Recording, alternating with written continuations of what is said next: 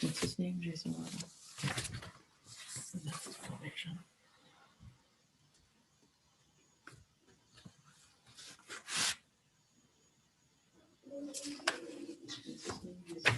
There's a delay. Hi there, and welcome to an edition of our Cronin Challenge to Change. We are being brought to you live via Zoom now. We have a new way of streaming for our wonderful audiences and our wonderful viewers like you. And the reason why we're doing it now via Zoom as opposed to Facebook is because we've just grown, again, thanks to amazing viewers and friends like you. And we're just so humbled by it all.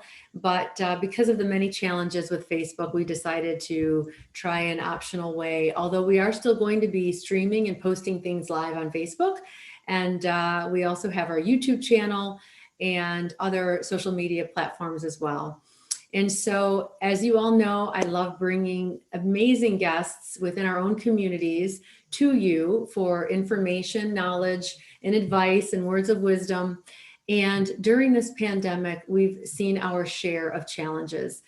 And with us today, I'm so pleased. And he was so great and just such a team player to be willing to be here today last minute because another guest of ours had to cancel due to some urgencies and emergencies with work. But hopefully we'll have our other guest on next week. But in any event, our amazing guest today is Jason Warda.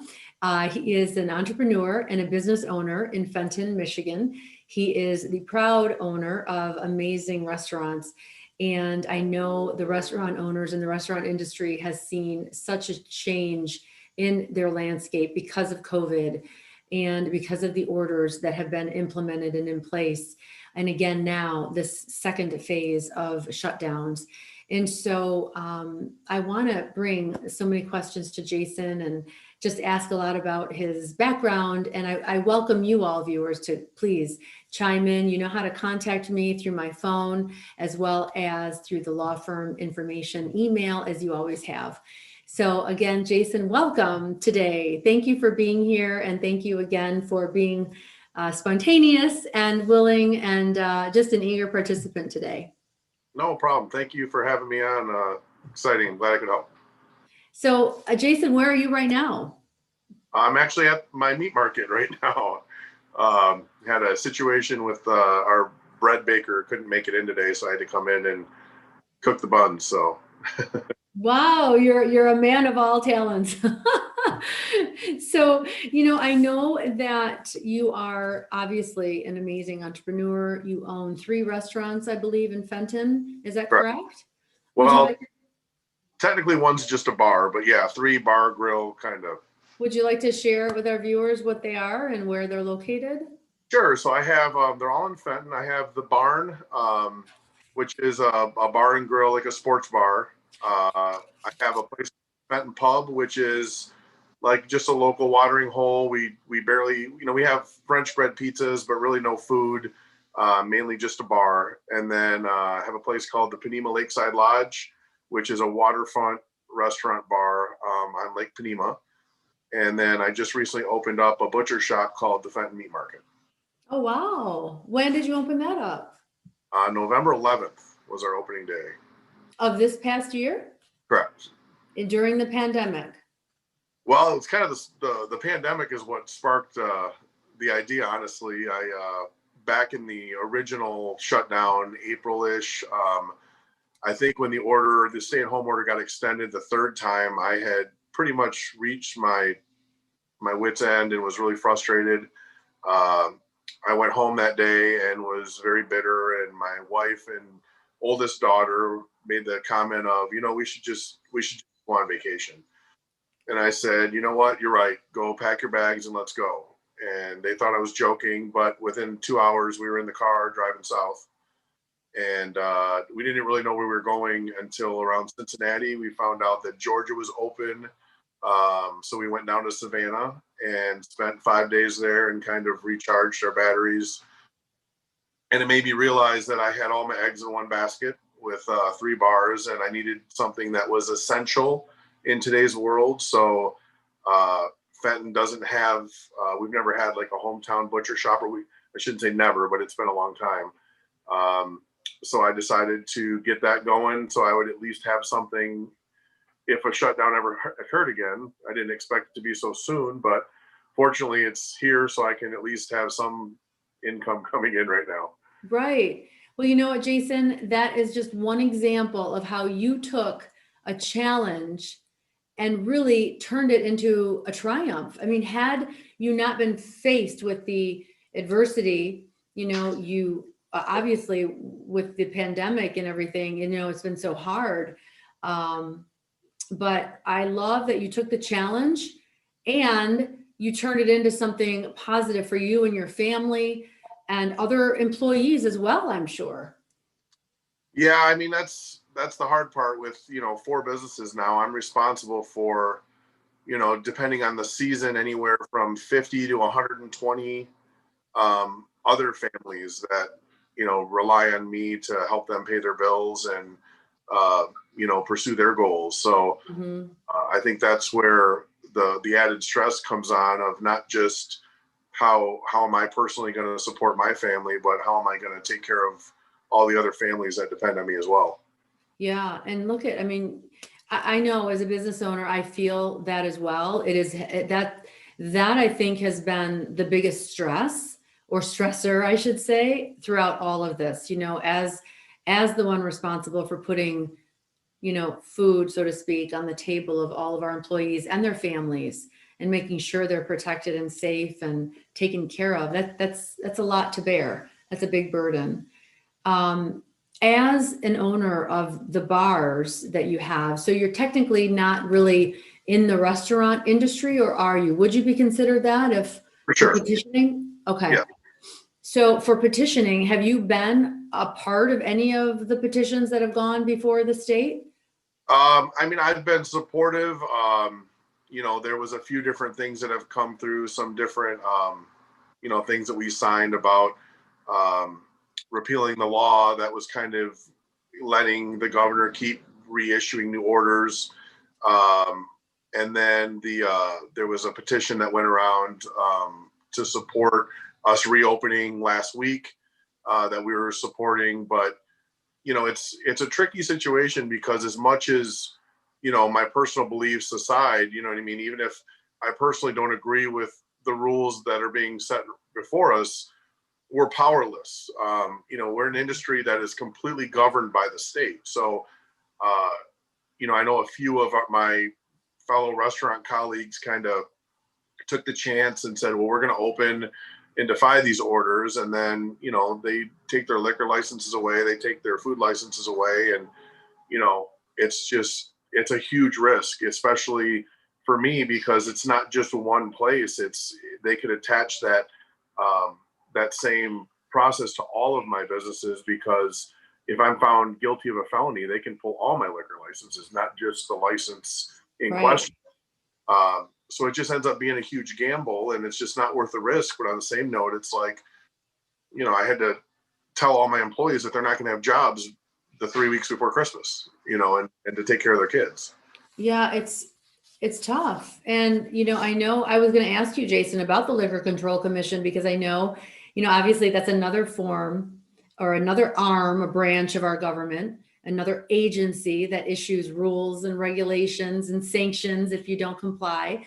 So has the Liquor Control Commission come out at all and threatened anything if you are staying open?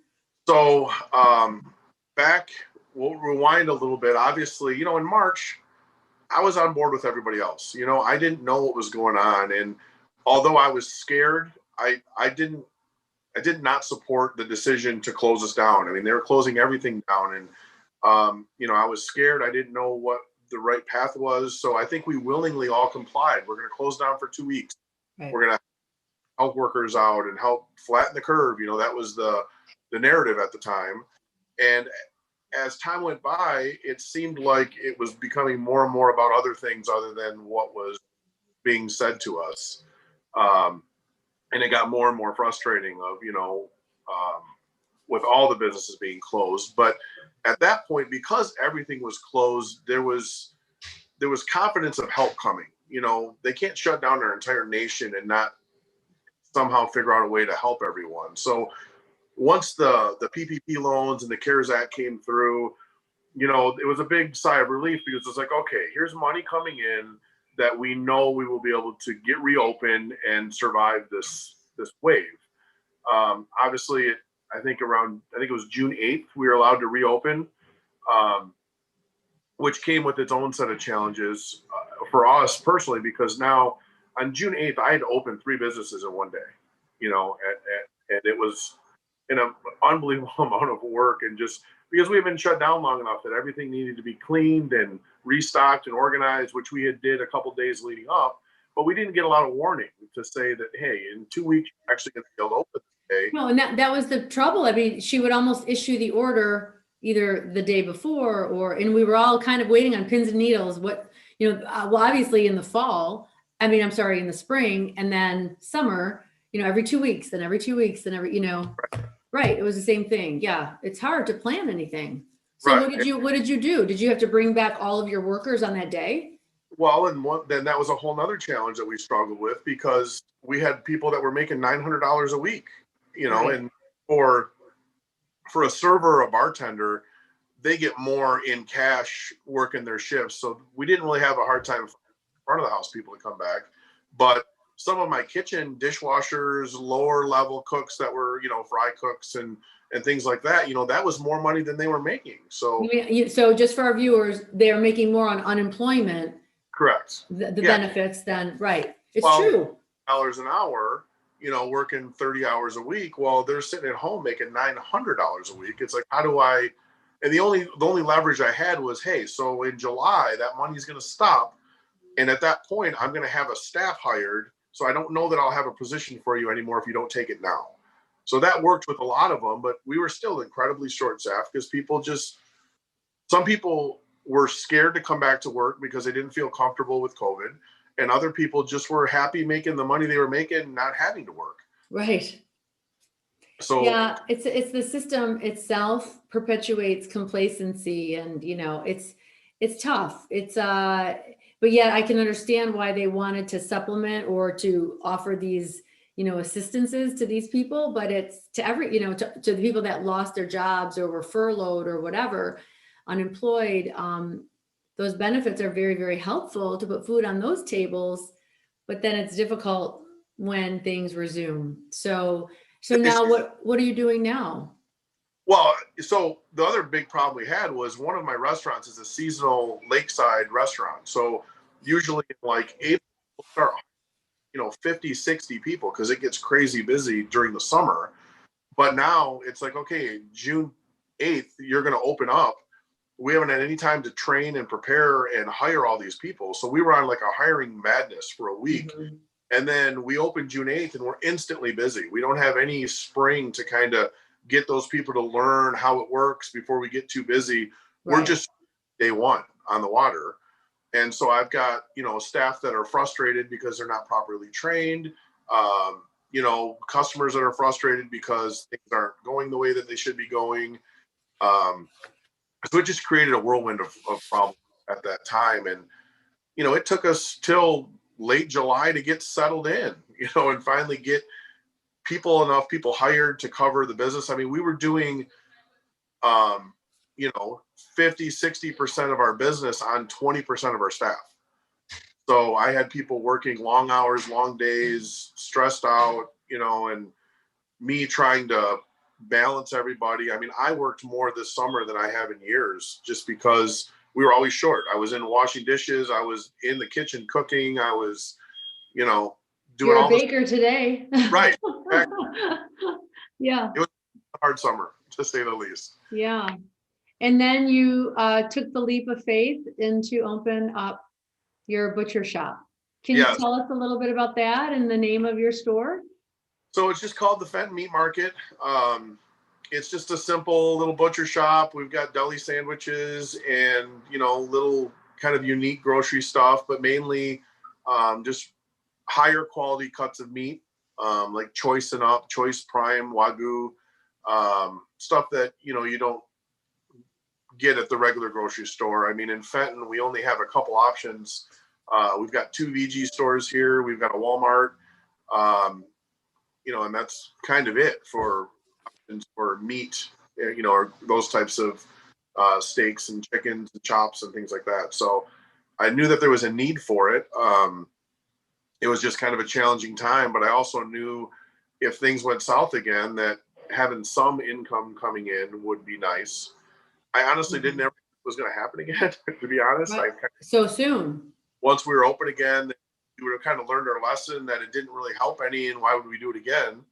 And then I think 2 weeks after we opened this place, we had to shut the other ones down again, and which was another thing, because it was nice to have a lot of my staff that was like, I never got unemployment the first time. I'm still fighting with them to try to get through their system from the previous shutdown. Now I'm supposed to go back there. Like, that's going to help me out. I need money. And I was like, well, I got the meat market. You can come work here and, help do stuff over there. So it's helped keep some of my staff working, at least through this time. Yeah, it is unusual how the unemployment agency was able to provide that much needed assistance to some very quickly, actually, but not to others. And the disparate, treatment or the resolution of it all is difficult to understand if you're that employee needing help. Yeah, my old daughter just started getting checks for thousands of dollars, and I couldn't get anything. You know what I mean? Right. Like, it was strange, the way it all played out, and I don't know how well it was really thought out, the way that they kind of went along with their decision making. I mean, I know it's easy to sympathize, but that's their job decision. I do have to say though, Jason, I commend you and your family, for taking that trip. And, we all need to get away. And my big concern driving down there would be, are there, restrooms open and available? Are there hotels available for you to stay at? And now we know that there are, but it's a scary time for many. And it has been this whole year. Right. And then to just be, creative and come up with an alternative way to provide for your family and your employees. I commend you. That was a great endeavor. And I wish you well with that business. And so now that you've started, and you started in November, which was literally just a month ago, how long did it take you from your trip back from Georgia, and you came back home? Then what was the impetus? And, you had this idea, your family spoke to you about it. How long did it take you then to get going with it? So when I get an idea in my head, it just eats at me until it's done. So literally on the way home, driving back, I'm, thinking in my head of all the places where this market would work. And I had a good spot in mind. So literally, as we drove into town, I didn't even go home. I went by the spot first because I knew it was available. And I called the guy, got his number, and I called this guy before we even went home. Then I took the rest of the family home. The guy called me back. I think 2 days later, I was in the building looking at it and realized it wasn't really a good fit, but there was this building right across the street that looked like it would be. So I called on that one. And I think it took us, I don't know, the lady that had owned the building previously, at first she wanted to rent it. She wanted a renter. So I spent probably 3 or 4 weeks trying to negotiate a lease with her.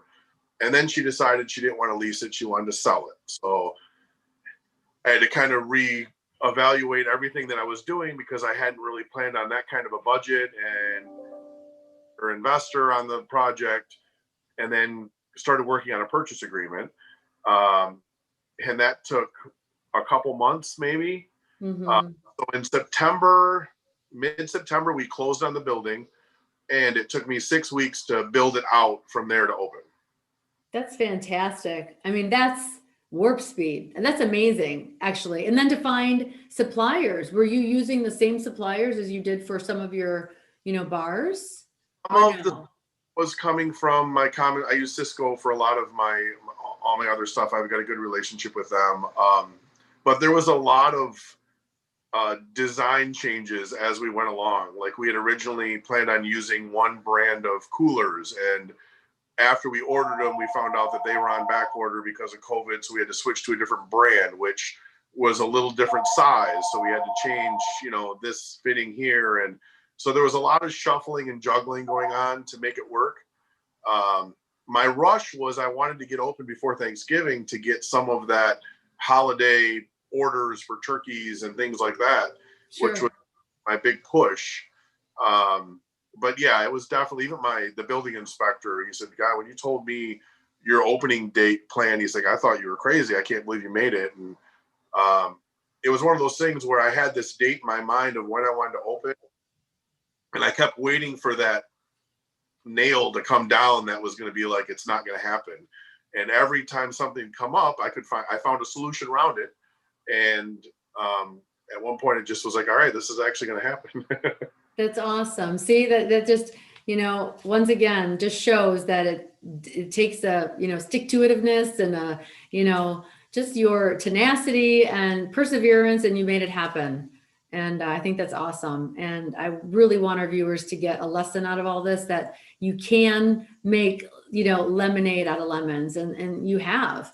And so how did you find the suppliers for your meat in the butcher shop, for what you're selling now?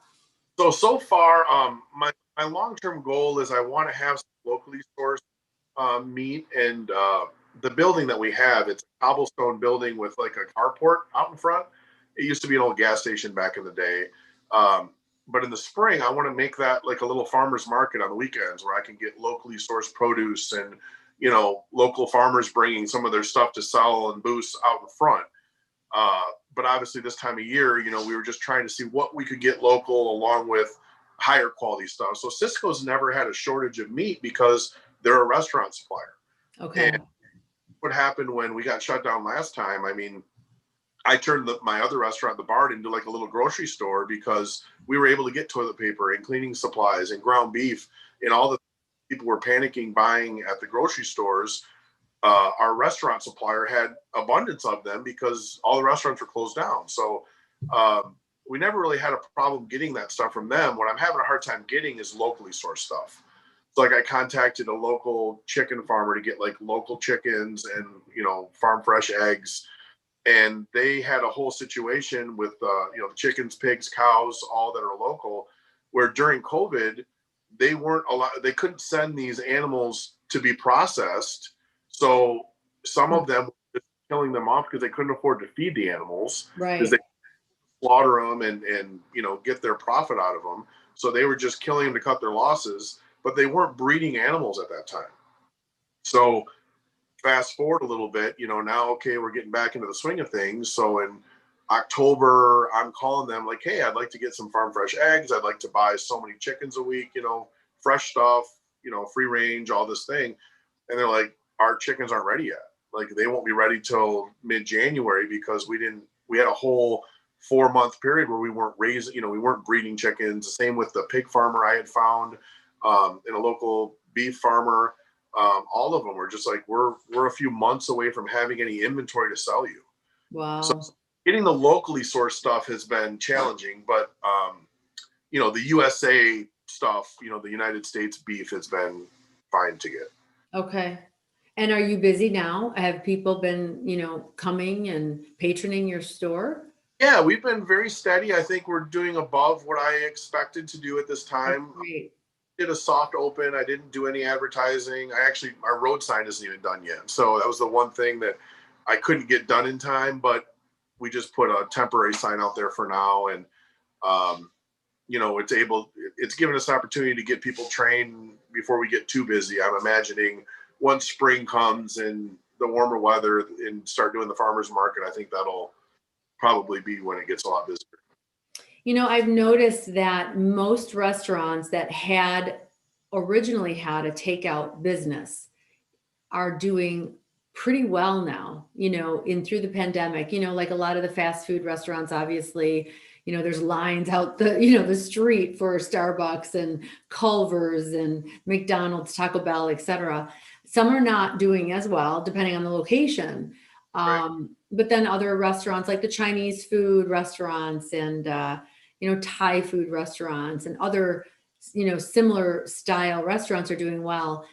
As a more established, bar, lounge, restaurant, owner, were you able to pivot a little bit and try to offer some takeout or delivery meal options? Are you doing that with your butcher shop?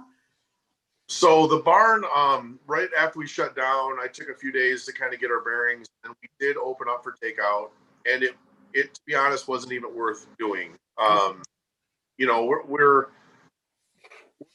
bar, so we have good food, we have a good burger, we have good wings, but it's not really the food that you think of when you're sitting around your family. Like, what do we want to order? Let's order some wings and some burgers from this place. That's a place where you think, let's go watch the game there and eat, or enjoying the atmosphere and having a drink. So, before, if we did 5% of our sales and takeout would have been surprising. And so pivot to that point where we were depending on it, a lot of our community was being supportive, and they were purposely ordering from all the local places just to help us out. But even at the end of the day, I mean, if we did $400 or $500 in sales, that was a good day. And that added up in the month. I mean, that's not even enough to pay rent. It wasn't even enough to pay our power bill. Right. But I kept doing it because I had 3 or 4 servers that were doing the takeout, and they were at least getting cash in their pocket, getting tips. And I had a cook back there that I at least was paying cash to help out. So at least the employees were getting a little bit of money, but Right. from the point, it totally was not even worth doing at all. Now when this latest order came through, I had been in the middle of a project of an outdoor addition with a big outdoor patio. So I just added a lot more heaters, and we were able to reopen a week and a half ago under the new outdoor seating rules. But it's been a nightmare, to be honest. Yeah, it's a challenge, I'm sure. Yeah, it's not, the problems are not what I would have expected.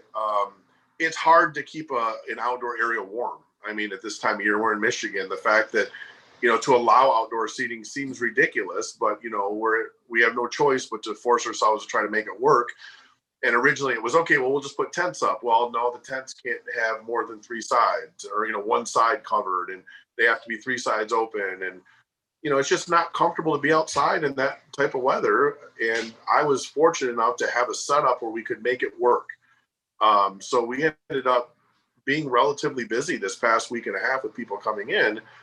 But the customers, my personal opinion, I think it's because they're coming to a place that they're not normally accustomed to coming. Their regular place that they're comfortable at is closed. So they're coming someplace that's open. I feel like some of them are coming out because they thought maybe we were breaking the rules and standing up against. So they were coming to wave their flag and, damn man kind of attitude.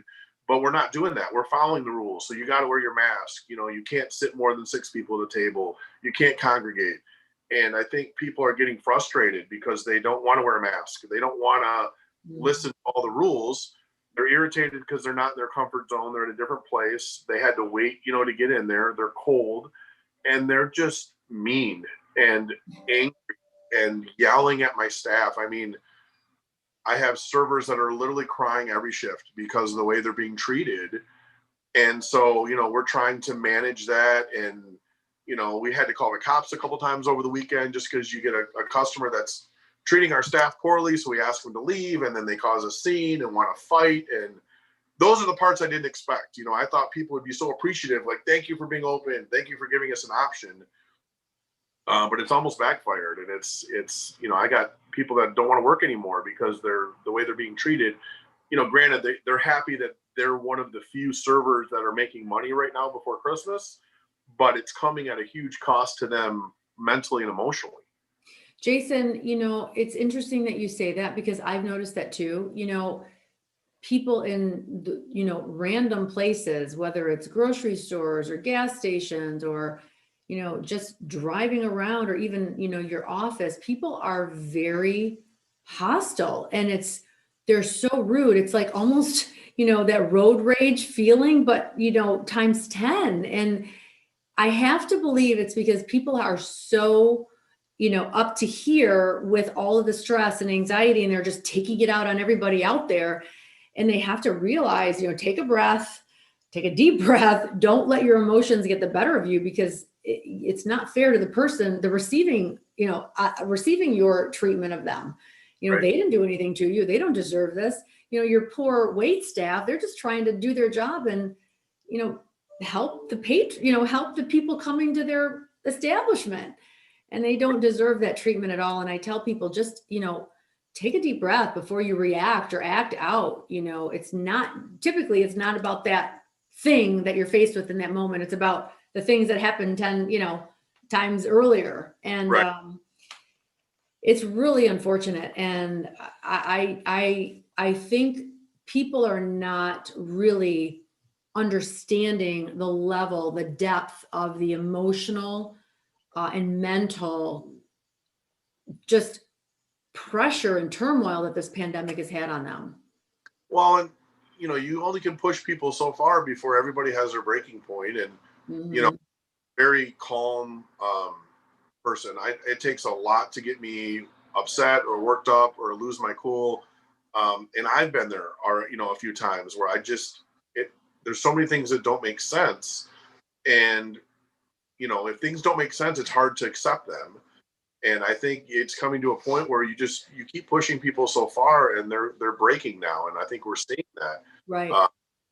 And I don't know what the solution is other than, let us open.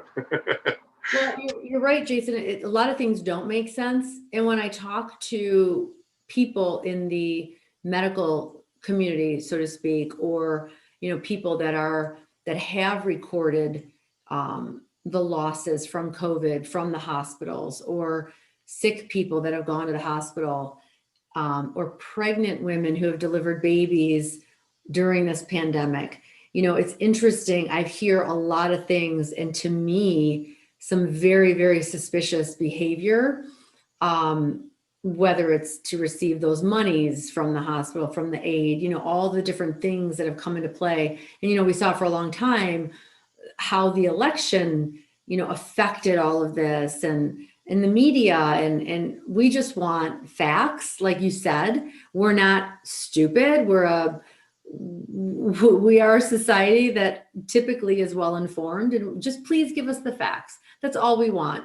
Stop showing disparate treatment between this industry and that and the other. And, whether it's, protests or marches or this or that or rallies, let's do this consistently across the board. Right. Yeah. And that's what's hard.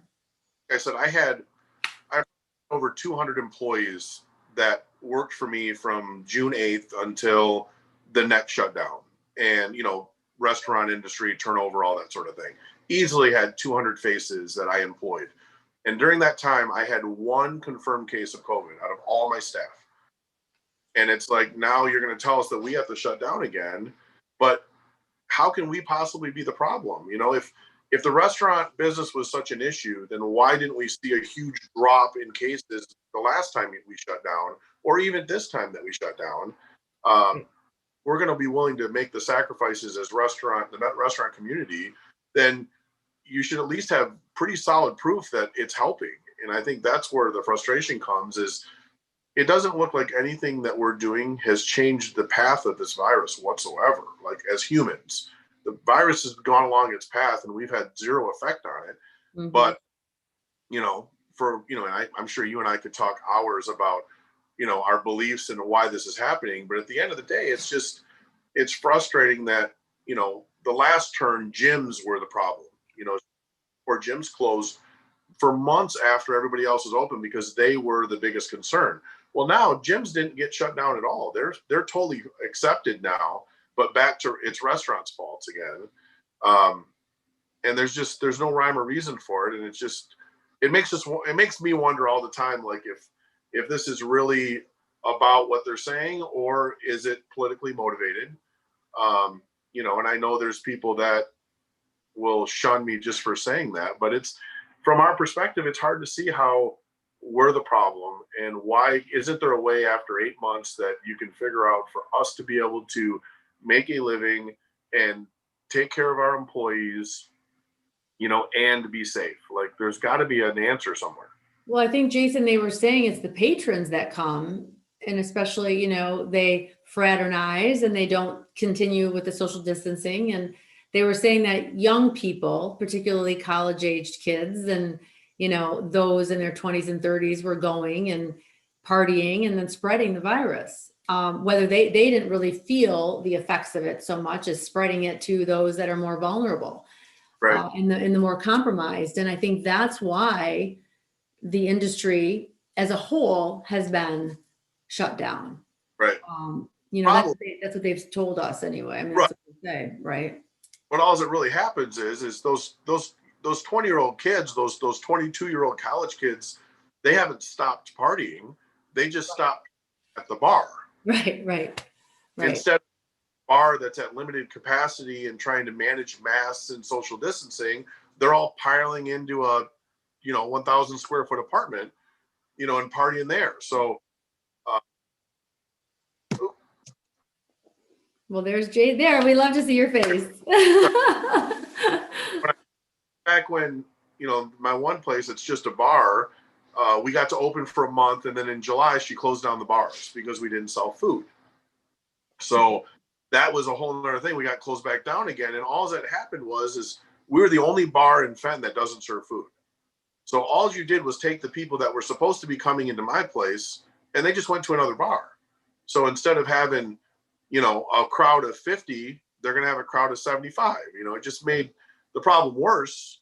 Right. And we tried to pivot and start to sell food, but because we didn't sell food before the pandemic, we weren't allowed to sell it now to stay open, which didn't make a lot of sense. It's like, if, Jason, let me ask you this. Are you still required to pay taxes now during this time? Yes, I know that most recently the governor gave us this great plan that she was going to defer our withholding taxes for a month. Like that was going to really help us. But we still have to pay it. It's still, we just don't have to pay it for a month. So we got to pay it in January when we're even slower, What about your property taxes? Yeah, I mean, I haven't gotten a break on anything. Our rent's still due. The places I rent, obviously my mortgages are still due. We did have some, during the last one, it was more national. So there was more help. There was more restrictions that were put in place. There were forbearances and forgiveness, and all that stuff. None of it got waived. It just all got pushed back. You know what I mean? Like, mortgage didn't say, you don't have to make these payments. They just said, we're just going to add 3 months onto your mortgage at the end of the, of the term. But like my landlords, they're like, well, we have to pay our money. I can't just not have you pay rent these 3 months. Right. I was curious about the state, property taxes. If you're paying those during this time, you have to, right. So they force, this is my issue. They force restaurants and banquet facilities and halls to shut down, but they're not giving you any leniency on the taxes that you have to pay. Right. Another big problem with the 3-week plan, which the day she said it, I don't think anybody believed that it would be 3 weeks. Right. But the issue is we open up, and the part that nobody really takes into consideration unless you do it daily is the amount of money it takes to actually open. And even if it would have just lasted 3 weeks, 3 weeks is just the amount of time for all of our food to spoil. So all of the inventory that we have isn't going to make it 3 weeks without being sold. So it was just long enough that basically everything perishable was garbage. Right. Obviously, we gave it out to our staff and, whoever needed it, we didn't just throw it away, but from a financial standpoint, it was all gone. And then, I'll have to do a $10,000 order to get open again, to get all those products back into the building. And that's where it gets scary is, okay, so yes, you guys can open up on this day. Okay, so we open all this food. And then who knows, 2 weeks later, because, well, it's not looking good anymore. You're going to have to close down again. And I think that's where the bigger issue of why it's financially hurting is because of all the inventory that we lose and then have to order again, to get back open. And, it's not like our food suppliers have money coming in where they can say, oh yeah, we'll float you for a couple weeks, to sell that food before you have to pay us. They need their payments just like everybody else. So that's why I think this current shutdown is so frustrating, is because it's more central. I mean, I think we're one of 3 states that are currently shut down restaurant wise, us, New York, and California. And so because it's not a nationwide problem, there's no federal help coming. There's no more PPP loans. There's no more, financial assistance that's going to come to help us get reopened again. And the longer we're shut down, the more likely it is that we won't be able to reopen again. And Jason, what do you think you'll do at that point? If and when, let's just assume one of your bars will not be able to reopen. What do you think you'll do? Would you ever take remedial measures, or will you just say, hey, I couldn't do anything about it, and just go on your merry way? Because we hear all the time, restaurant owners, they'll get together a class of people and try to sue the state. Have you done anything like that? I have not. I mean, I have not made a lot of decisions without talking to my attorney first. I remember, it's actually kind of funny, when the news was coming out on that Sunday that everything's going to get shut down again, I texted my attorney and I said, hey, Mike, I have no plans to follow this order. So either talk me out of it or tell me how you're going to defend me. And so he gave me a big text about how I need to be patient and, follow the order. And so he talked me out of it. But at that moment, I was ready to say, you know what? I don't know that we're going to make it through this. And at one point, it's worth the risk. If I'm going to go out of business by being shut down, I might as well go out of business fighting and pushing the envelope and trying to stay open. But I'm not desperate yet. That's the problem, is I'm not there. It's still risky for me because I have a lot to lose. Right. But there will where the risk will be worth it at that point, because it's like, well, I'm already heading down that path anyway. I might as well take the chance. My restaurant on the lake, usually we stay open in the weekends during winter, but I've made the decision to close that down until spring now. That would probably be the first casualty. Is that the Lakeside Lodge, that one? Yeah. Yes. If things get bad enough, that would be the first one that wouldn't make it. That's a leased building that I've got kind of the least amount of money invested in, but also most amount of work to get open. So that would probably be the first casualty. My bar, I don't know. We're in times now where it's like, is that ever going to be normal again? Are people ever going to be able to just go to the bar and hang out and enjoy that time? I mean, I don't know. We may be years away from something like that. So having survived this year, how do you think you're going to be moving forward in 2021? Do you think that this has changed how you conduct businesses or the industry you would like to stay in? I mean, it definitely made me question, personally, I don't drink. I don't know that I've ever been drunk in my whole life. So alcohol has always been kind of a mystery to me. Even when I was in college, I never had any interest in it. I don't like the flavor of anything. So how is it that you own now all the bars, 4 bars, right? I mean, 3, and then the meat market. That's the way I can own them. You know what I mean? Because I'm not sitting there drinking at the bar. I think that's a problem that a lot of bar owners have, is they start drinking at their bar, getting intoxicated at their establishment, losing credibility with their staff, losing credibility with their customers. So I think that's one of the reasons I've been able to be successful, is because I don't do that. It's just not, me. Sorry. That's okay. That's all right.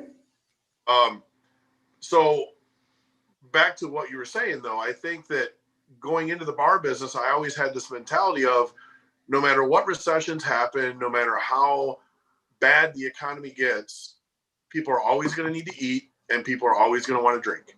So I always felt like I was in a pretty recession-proof industry, and I was proven very wrong through this pandemic. And that's why something outside of that industry was important to me. But I don't know. I don't think that if an opportunity arose and I would get into another restaurant business at this point, I'd focus more on commercial real estate, something else that would have a little more stability. But, learning the power of the government has been a big learning curve for me this year of just, without doing anything wrong, people can step in and take everything away from you, and there's not really much you can do about it.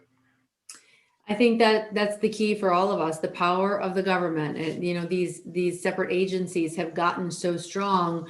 It's almost as if they're a separate arm of the government, and it's a hard lesson to learn. And they've gotten more and more powerful in my lifetime. I've seen it. And definitely an eye opener. Well, it's so polarized right now where there's nobody in the middle. There's nobody that's saying, you know what, I'm fine with masks, but I don't want to shut down, or, you know what I mean? I think that it's okay that this is happening, but not this. You're either one side or the other. And it's like everyone hates each other for feeling the other way. And side can see each other's point. And, that makes it tricky being in the service industry is, yes, we're open, but yet if we get busy, I get phone calls from the health department every time we get busy that people will literally just call on us and say, you weren't social distancing and they had too many people in their building and you need to shut them down. But if I ask my customers to wear masks, the ones that are on the other side were like, I won't wear a mask. I'll never come in here again if you make me wear a mask. But then I'll have a customer come in and say, I'll never eat there again because the guy didn't have a mask on. Right. We're stuck in the middle of, listen, we're just trying to be open and make a living, and we don't want to pick a side, but we've been forced to. We have to pick a side. Well, Jason, I think that goes to our earlier topic of being reasonable, and people now are just not being reasonable. And, I saw this and I spoke a lot about this during, when they were, trying to politic for, the elections, and, each side was speaking, his or her truth or whatever. And they were all about disparaging the other side, both of them. And it was never about their policies or what their platform was or how they would move our country forward. And I feel, and I believe it's true that our nation is sort of acting in that same awful way. It's about, they're reacting out of emotion as opposed to, like you said, just being reasonable, just follow the rules and, mind your own manners, mind your own P's and Q's. Don't worry about what the next guy's doing. Just do you and follow the rules. And I think more and more people, if we were instructed to do that or be more reasonable, I think we could. And I think there are more people like that than not. It's just they're not getting the highlights or they always say the squeaky wheel gets the grease. And right. We don't hear about the normal, average, reasonable people. We hear about all these extremists, and it's hard to continue to move forward and have the faith and confidence that, okay, we're going to be okay. Right. Because we don't hear about the reasonable. We hear about the crazy. Right. That's the problem. Out of that, I got a Facebook post, like somebody had sent me this lady's post, and we got busy this past weekend. Like I said, we're the only places open right now. Because of the way we're laid out, we're able to provide a little bit of heat that makes it manageable. Mm-hmm. And we people apart. There's no more than 6 people per table, but we filled up all our tables. And a lady drove by, noticed that we were full, and posted on Facebook, if you want to get COVID, go to the barn. They're not following any of the rules. They're packed in there, just all this stuff that wasn't true. And she had like over 200 comments about people. Somebody should shut them down. I'm calling the police. I'm calling the health department. And I ended up commenting on there, like, just so you know, we've followed all the protocols. We've been in contact with the police and, the health department, and making sure that we're doing everything right. And all that did was make it worse. Then everybody was just, I'm greedy and I only care about money and I don't care about people's health. And, so I just had to get off the conversation because it wasn't going to go any better. But yeah, and that's the problem. The social media, it's just really, sometimes it's an incredible disservice. It serves everybody very well, but then people want to talk and opine, and I'm sure we're going to get comments here, but right. It's about in my opinion, it's about bringing knowledge to everybody, and only through knowledge can we have power. And I think people don't want to really get beneath the surface of, sometimes their perception of what's going on is not the reality of what's going on. And clearly that was what happened with that passerby at Right. your, establishment. It's just, it's very unfortunate. And I had a question: how can those, outdoor igloos, you see those a lot in different restaurants, those Yeah. enclosed igloo-like things, and there's heaters. How can they get away with being open? So the igloos are okay because it's only a single family unit. It's only Okay. table in it, so Okay. you can enclose it because it's just for one family. You have to keep it open if you're an open place to seat multiple groups of people. Gotcha. Well, I would like to also talk about your foundation. Okay. You do so many amazing things, and I want our viewers to know, I mean, you're a wonderful man, a contributing member of our society. And so tell us a little bit about your foundation. So it all started when the first year that the barn was open. I had, always I something similar to this before, but now that I had my own full service restaurant, I had, Thanksgiving's coming, and I'd like to just have a meal for people in need. And I think the first year we called it, exactly that, like free meal for the needy or something. And I think after the second year, we started calling it our community lunch. And, like the unity was kind of highlighted in the word. And it was just an opportunity for anyone that needed a hot meal. Maybe it was a veteran or an elderly person that lives alone, or a family struggling, that just needed a hot meal, and, uh, some conversation maybe on the holidays. So we do it from 11 to 2 every Thanksgiving. Prior to this year, I had a couple of buses that would go into Flint and pick up people at shelters and bring them in. And I wanted to get away from the soup kitchen feel. I wanted people to be able to walk into a restaurant, have a hostess seat them, have a server come up and get their order, bring them their food, get them refills, and have that restaurant experience, and not just walking up with a tray and getting the food slapped on it. Um, and so every year it got a little bigger and bigger. And this year we had to pivot a little bit, where we delivered all the meals out to people that we could find. I think we served probably 220 meals this year, uh, Fantastic. Thanksgiving. So, anyways, the first year, I started doing that, and it just made me feel good about helping the community and being there for everyone. Fenton's not really a place you would consider as like that there'd be a lot of need, but you'd be surprised at how many people actually are needy, even in Fenton, or even Clarkston, or some of these other areas. There's still people that struggle, that could use some help. And Mhm. so that same year, we had so much kind of fun doing the Thanksgiving thing, we decided to do something for Christmas.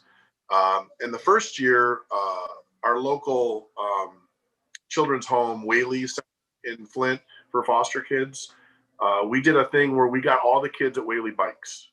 And we did this whole drive where people were buying bikes for an individual kid with a helmet. And then we delivered them all on Christmas Day. Oh, that's beautiful. And so that went, That's beautiful, Jason. so that went really well. So after that, it was like, okay, if we're going to do this every year, we need to have a way for people to contribute and give money and all that. So we created the Warda Foundation. My family did, um, just for a way to people to kind of help give back. So Project Santa is what we call it now. I think we're in our 6th year. Um, we have 190 kids on our list this year for presents. It's pretty simple. You can get there off our Facebook page.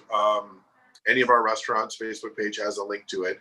But we have a sign up genius where we list, people email us their needs, and we basically put it into a list. So you can go on there and pick, this kid that wants a bike, or, some rollerblades or whatever, and drop it off at the barn. And then we coordinate pickups, for those things, usually a couple days before Christmas, so they can get it under their trees.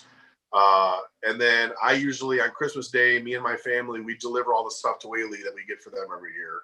I dress up like Santa, I and was I just put going to ask you that. You would make the perfect Santa, Jason. we make fat jokes here. I mean, this is, No, no, no, not bad jokes. Your beard, uh, you know.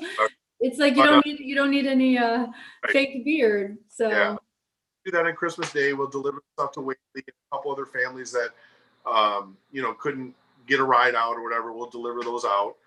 Um, and so we're trying to get into some other things now where we're talking about some new opportunities for us to be helpful year round, not just during the holidays, because that's kind of what it's been up until last year. So then I bought this bus and I called it the Bar Hopper Bus. It's got a big frog with a beer in his hand on the side of it, and it's just a free transportation that we were offering before COVID.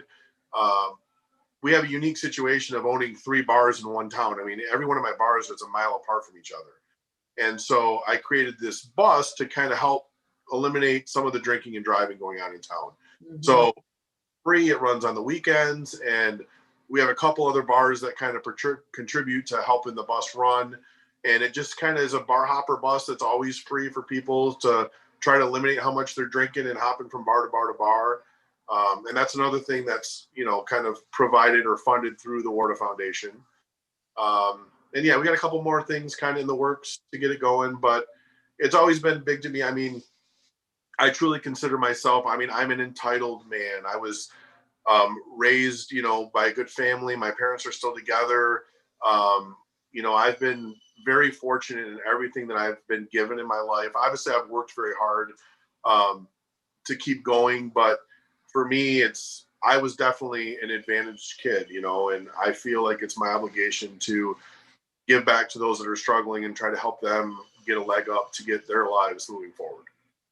Jason, that's beautiful. That's a great sentiment. I want us all to have that same sentiment.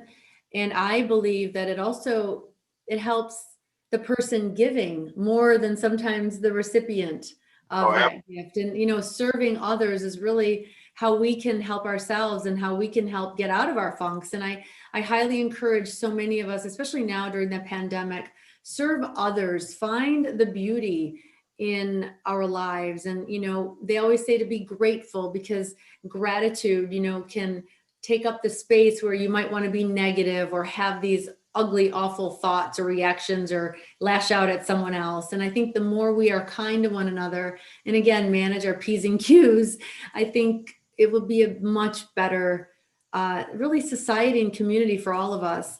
And Jason, I'm just very grateful that you were on our show. I have one final question, actually, from one of our viewers. Do you have an ice rink at the barn?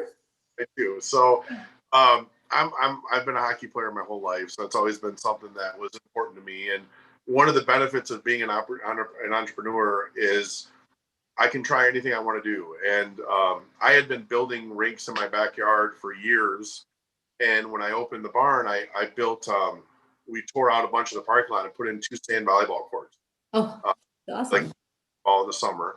And so I was like, I'm gonna turn these into an ice rink in the winter. Why not? I build it at my house. I might as well build it here, and maybe I can make some money from it. So for the past 5 years, I've done just that. I take the volleyball courts all out.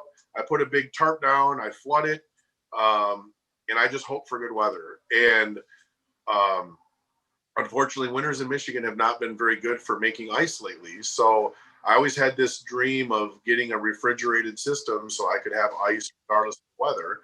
And I finally got to a point where I was able to do that. So this late part of the summer and the fall, we've been in this big building project where I told you we built this outdoor facility. Right. The outdoor bar is not open yet, but there will be an outdoor bar. I've got a little locker for people to get dressed for hockey, and then I've got a Zamboni in the Zamboni room. And I bought a system that is it rolls out over the sand, and it's a refrigerated system. So it's not quite done yet. It's going to open probably maybe the first or second week of January. Oh, wow. That's awesome. We'll Well, be able, having 2 boys that play very competitive hockey, travel hockey, I'm sure they will love to hear that. Do you, although it's probably just for adults, I don't know. that's a nice For families. because refrigerated. We'll be able to consistently have ice every day up till when it's, ambient 60 degrees pretty regularly, then we'll tear it down.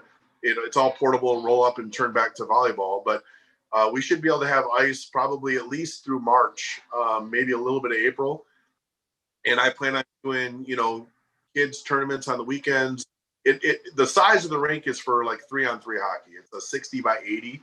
So we do a lot of adult 3-on-3 tournaments and leagues, but even for the peewees and the bantams, the U16 kids, we'll be able to offer, outdoor rinks and tournaments like on the weekends and stuff like that. So those should be a lot of opportunity for everybody to play. And we'll probably just do skate on Friday and Saturday nights for people that just want to put their skates on and go for a skate. That's fantastic, Jason. Thank you so much. And finally, one last name of your locations. And also, if someone wants to order takeout, where can they find the best food in Fenton? So, I will say that, so my history, before I got into the bar business, I owned a few Jimmy John's. So I'm a sandwich kid. I know, I love sandwiches. I've always loved sandwiches. And that was my first business that I got into. So my meat market has, I would say, the best sandwiches in town, where all our breads are homemade. All our meats are the best stuff we can get. Like I said, was baking all morning fresh bread. So sandwich wise, the meat market's the place to go. The barn is still open. Burgers and wings are kind of our specialty there. We are open for takeout. We are also open for outdoor seating. It's still cold, so it's still winter, so dress appropriately, but we do have some heat to take the edge off in our 2 heated patios. But both of those are still kind of open and trying to make it work. Jason, thank you so much. I'm going to be listing the names and phone numbers of your places so people can find you. And awesome. Thanks to you and your family for all the amazing work and the foundation. I think it's a beautiful thing. And happy holidays. I wish you and all your loved ones and your employees, of course, and their families all the best. Thanks for being with us today. Yep. Bye, Jason. Bye. And viewers, to all of you out there, thank you so much for being with us here at the Challenge to Change, where I'm always challenging our viewers to step outside of yourselves and really look at the reality of something instead of perhaps putting your own feelings on something, because our feelings change and our perceptions may not be reality. What you think might be going on might really not be. So before you try to assert your opinion or your judgment or your view onto somebody else, or really spread it all over social media for that matter, really try to understand what's going on at the heart of it. Try to be more objective in your approach and really try hard not to hurt anyone in the process, because we all have to remember we're human beings and we are all going through this pandemic, and some of us, are reacting differently. And so try to show up with kindness, try to be the best version of yourself, be the person you want that person to be back to you, challenge yourself to rise. And again, hopefully this too shall pass sooner than later. We're all looking forward to 2021. But while we're still in 2020, just remember some of the good things that came out of this. Try to make lemonade out of the lemons. And, I know I'm an idealist. I want us all to get along and I want us all to be the best versions of ourselves. But sometimes people are just limited and they can't for whatever reason. So for those people, just extend yourself to them and be still as patient and as amicable and friendly and kind as you possibly can be. Because after all, wouldn't you want that in return? So with that, ladies and gentlemen, I wish you a great day. Thank you for being a part of our new Cronin Challenge to Change on our Zoom platform. And, we are bringing to you information and knowledge regularly. So please always check back, like our YouTube channel, and be a friend of ours on our Facebook page. And we're here for you 24/7. Take care of yourselves, keep your spirits high, and until next time, bye for now.